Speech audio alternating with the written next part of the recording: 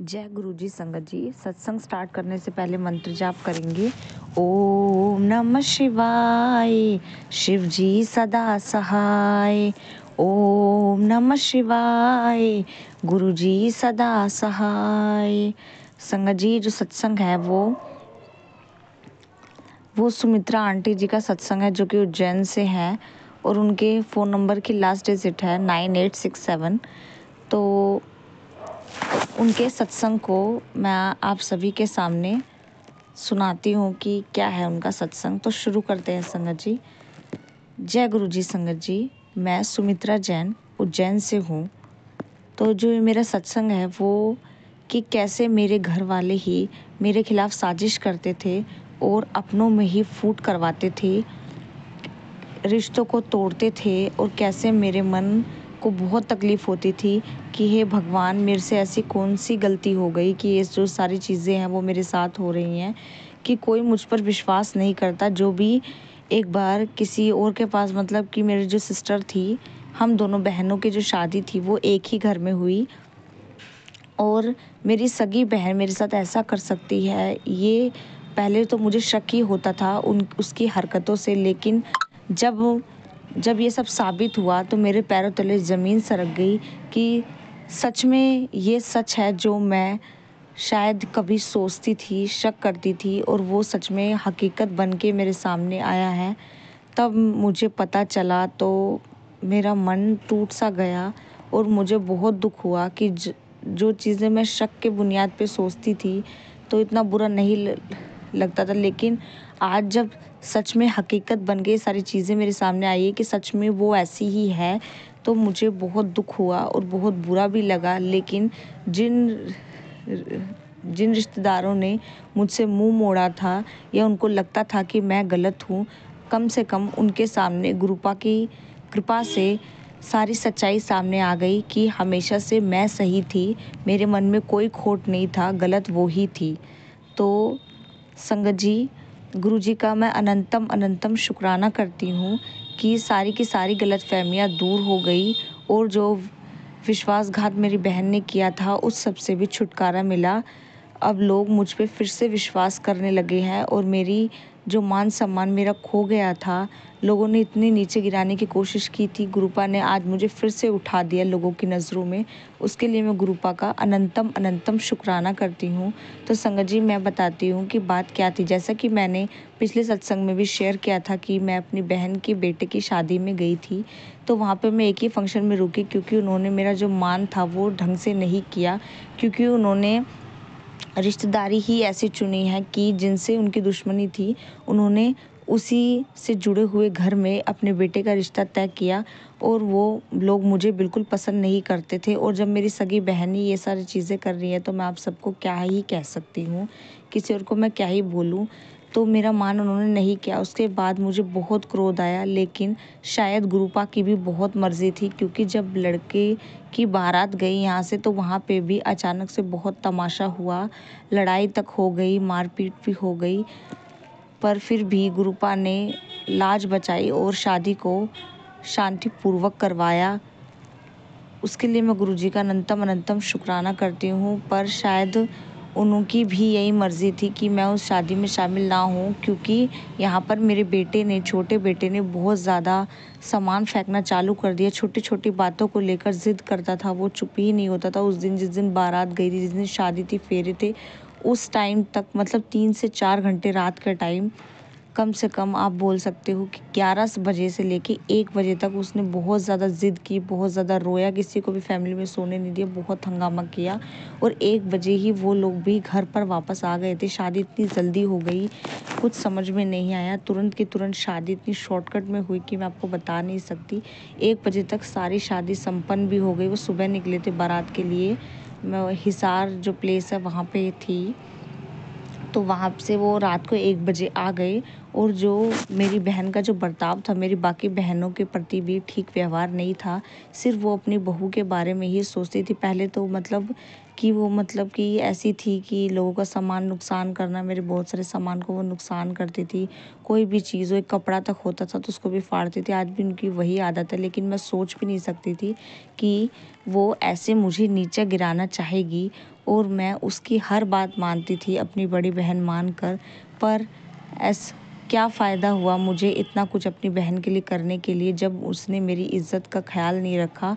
पर जो चीज़ें वो मुझे मेरे खिलाफ़ सभी लोगों को, परिवार लोगों को जो उसके पास जाते थे, वो उनको यही बोलती थी कि मुझसे बात करो और अन्यथा किसी से भी रिश्ता मत रखो। उसकी यही आदत थी। लेकिन आज मुझे पता चल गया कि गुरूपा ने मेरे नाम को एकदम क्लीन कर दिया है। उसके लिए मैं गुरूपा का अनंतम अनंतम शुक्राना करती हूँ। पहले गुरूपा का सत्संग आता था कि मैसेज जब मैं पढ़ती थी कि पुत्र तू चिंता मत कर, लोग तुझे गिराने में लगे हुए हैं लेकिन मैं तुझे गिरने नहीं दूंगा। आज वो मैसेज गुरूपा ने सच कर दिखाया है। कहते हैं ना, गुरूपा सब कुछ प्रैक्टिकल है। वो जितनी भी चीज़ें हमारी लाइफ में होती है वो सब कुछ प्रैक्टिकल करके दिखाते हैं, वो प्रवचन नहीं करते। तो वही सारी चीज़ें उन्होंने सच करके दिखाई है। और मेरे नाम को सारे रिश्तेदारों के सामने तो नहीं, लेकिन जो बहुत करीब थे मेरे रिश्तेदार, उनके सामने बिल्कुल क्लीन कर दिया है। उसके लिए मैं गुरूपा का शुक्राना करती हूँ कि उनकी नज़रों में फिर से मेरे लिए मान सम्मान लौट आया है। उसके लिए गुरूपा का शुक्राना करती हूँ। पर अचानक से ही जो मतलब मेरी बहन के जो बच्चे हैं, बड़ी वाली बहन के, वो बहुत मतलब बड़े हैं उम्र में, उनने संगत जी, मैं बता नहीं सकती कि जो मैंने सोचा नहीं था कि आज का ही वो दिन होगा जब ये सारी चीज़ें सच हो जाएंगी। मैं अनंतम अनंतम शुक्राना करती हूँ कि सबको उनकी सच्चाई के बारे में पता चला कि मैं गलत नहीं थी, मेरी मन में कोई खोट नहीं था। उसके लिए मैं गुरूपा का अनंतम अनंतम शुक्राना करती हूँ कि उन्होंने सारी चीज़ें क्लियर कर दी। कि जो मैं मतलब कि जो बाकी जो मेरी बहनें हैं वो बहुत दूर रहती हैं मुझसे, और हम दोनों बहनें एक ही घर में रहती हैं। तो वो बिलीव ही नहीं कर पाती थी जब मैं उनको बोलती थी नहीं नहीं मैं उनसे रिलेशन नहीं रखना चाहती, क्योंकि मैं थक चुकी हूँ इतना किसी इंसान के लिए करने के बाद भी मुझे इतना कुछ सुनना पड़ता है और अपनापन फील नहीं होता। और जब उनकी बारी आती है तो वो मुंह बनाते हैं, अपसेट हो जाते हैं अचानक से मुझसे। तो इतनी सारी चीज़ें उनके लिए करने का क्या फ़ायदा है कि मैं उनके लिए दिल से सब कुछ करती हूँ, पर जब उनका नंबर आता है तो वो मुंह फुला लेते हैं। स्टार्टिंग से वो यही करते हैं लेकिन कोई बिलीव नहीं करता, नहीं नहीं ऐसा नहीं होगा, अब तो वो मतलब ऐसा हो ही नहीं सकता, वो सुधर गए। मतलब पता नहीं वो उनसे ऐसी क्या बातें करती थी कि वो हमेशा जो मेरी बाकी की बहनें वो खिलाफ़ हो जाती थी, मुझे समझ में नहीं आता था।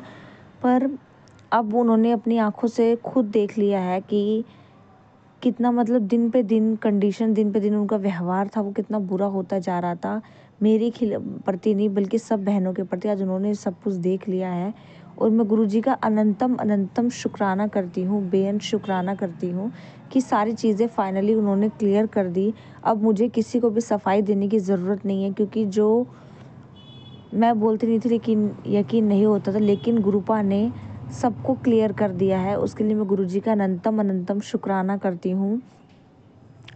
और संगत जी, मैं हमेशा शक करती थी कि जो मेरी जेठानी है वही ब्लैक मैजिक करती है, लेकिन उनके साथ साथ मैं सोचती थी सब ब्लैक मैजिक का असर है। लेकिन उसके साथ साथ मेरी सगी बहन भी लोगों को मैनिपुलेट करती थी, मेरे खिलाफ़ उल्टा सीधा बोलती थी। मेरी ननंद भी उल्टा सीधा बोलती हैं आज भी। और बहुत दुख भी होता है कि मुझसे ऐसी क्या गलती हो गई कि सारे रिश्तेदार मुझसे ऐसे कर रहे हैं। जो भी मुझसे मिलता है वही मतलब फैमिली ही एक ऐसी है जिसकी फैमिली अच्छी है उसका घर बस जाता है, लेकिन जिसकी फैमिली ठीक ना हो वो जीते जी इंसान ख़त्म हो जाता है, उसके पास कुछ नहीं बचता। वही चीज़ मेरे साथ हुई, लेकिन शुक्र करती हूँ उस दिन का जिस दिन गुरुपा मेरी लाइफ में आए और वो मेरे साथ है, उसका अनंतम अनंतम मैं शुक्राना करती हूँ। अगर वो नहीं होते तो कैसे मैं इन जैसी फैमिली में विनती करती हूँ भगवान से कि ऐसी फैमिली किसी दुश्मन को भी ना मिले, कि लोगों का इतना ज़्यादा जीना हराम कर देना कि वो उसको खड़े होते हुए देख ना पाए, अपने सामने देख ना पाए। मैं उस दिन को कोसती हूँ कि मैं कैसे शादी हो के ऐसी फैमिली में आ गई जिसके बारे में मैंने सोचा भी नहीं था कि वो इतनी ज़्यादा मुझसे जेलस क्यों होते हैं। मुझे समझ में नहीं आता कि मैं थक चुकी हूँ ये सारी बर्दाश्त करते करते। गुरुजी महाराज से मैं यही अरदास करती हूँ कि जल्दी से जल्दी इन सारे मैटर को क्लियर करें और मुझे इन सारे मैटर से काफ़ी वो दूर करें। बस इसी बात की मैं अरदास करती हूँ, क्योंकि मैं थक चुकी हूँ। जब भी मैं गांव में मतलब मेरा घर है, मैं अभी रेंट पे रहती हूँ ऐसे लोगों की वजह से, क्योंकि अब मुझसे झेलने की शक्ति अब नहीं बची हुई है। और वो लोगों को अब भी चैन नहीं है। मैं इतनी दूर आ चुकी हूँ, फिर भी वो लोगों को जो मेरे बारे में बुरा सोचते हैं, उनको मेरा एड्रेस बताते हैं कि मैं इस जगह पे रहती हूँ, और वो फिर से ये सारी उल्टी सीधी चीज़ें हरकतें करते हैं। गुरुपा का मैसेज भी आता है संगत जी मेरे पास कि वो लोग मान नहीं रहे हैं। मैं बार बार ब्लैक मैजिक को हटाता हूँ, लेकिन वो लोग फिर से करते हैं। पर तू चिंता मत कर, सब कुछ मेरी मुट्ठी में है, कोई भी तेरा कुछ नहीं बिगाड़ सकता। हर तरफ तेरे चारों तरफ मैंने सुरक्षा कवच बनाया हुआ है। कोई भी बुरी शक्ति तेरे पास नहीं टिक सकती। बस मैं ही और मैं ही रहूँगा तेरे हर तरफ विराजमान हूँ। तू फिक्र करना छोड़ दे, सत्संग सुन, शुक्राना करते अमृत वेला संभाल, फिर देखी जा नज़ारे, सब कुछ कैसे बदल जाना है। जय गुरुजी, शुक्राना गुरुजी, आप ही की दया से मैं आज इस दुनिया में सांस ले रही हूँ। पर वो लोग तो इतना भी नहीं चाहते कि मैं सांस भी लूँ। मेरे सारे कामकाज उन्होंने बंद करवा देते हैं गुरुपा, पर आपने ही सब कुछ संभालना है। इस सत्संग को मैं यहीं पे विराम करती हूँ संगत जी। गुरुजी महाराज बस यही अरदास है कि इन सब नेगेटिविटी से मुझे दूर करें, इन सारी जेलसी से ही सब कुछ दूर करें, क्योंकि गुरुपा कहते हैं कि नेगेटिविटी बाद में आती है, पहले आती है तो जेलसी। जहाँ जलन होती है वहाँ नकारात्मकता का बसेरा अपने आप हो जाता है। जय गुरुजी, शुक्राना गुरुजी, अनंतम अनंतम शुक्राना गुरुजी।